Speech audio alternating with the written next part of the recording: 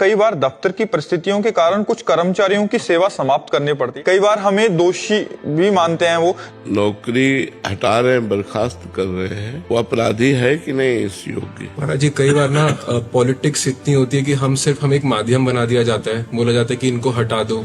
नहीं, ऐसा तो गलत है, क्योंकि किसी के जीवन निर्वाह के लिए जो नौकरी मिली हुई है उसका पूरा परिवार उसके साथ जुड़ा हुआ है। अब केवल अपने मनो अनुकूलता और प्रतिकूलता को देखकर नौकरी हटाने से आप भी दोषी उसमें पाए जाएंगे भागवतिक कानून में। तो प्रतिकूलता और अनुकूलता मेरी नहीं देखनी, कानून की देखनी है, अधिकार की देखनी है। कई ऐसे सच्चे सेवक होते हैं जो अपने धर्म से विरुद्ध नहीं जाते, और यदि उनकी नौकरी हटा दोगे तो तुम्हारा प्रारब्ध बन जाएगा और तुम्हें भोगना पड़ेगा फिर। और अधिकारी जन उनसे रुष्ट हो जाते हैं और अधिकारी के अनुकूल नहीं चलते और उनकी नौकरी हटा दी गई तो वो धर्मात्मा है, उनकी जो आपने दुख वृत्ति प्रकट की वो आपको भोगनी पड़ेगी, आपको और आपके बड़े अधिकारियों को भी। एक चीज और है महाराज जी, कई बार जैसे कंपनी लॉस में चल रही होती है तो वो बोलते हैं कि लोगों को हटाओ, तो वो भी एक पाप ही हुआ या क्योंकि कंपनी अब ये दूसरा चैप्टर हो गया, वो चैप्टर अलग है। अब ये चैप्टर है कि हमारी क्षमता नहीं कि हम 500 आदमी रख सके, अभी तक 500 आदमी रखा, अब हमें 300 आदमी का निर्वाह कर सकते हैं, अब वो बात अलग हो गई। मर्जी, अगर वो दोषी है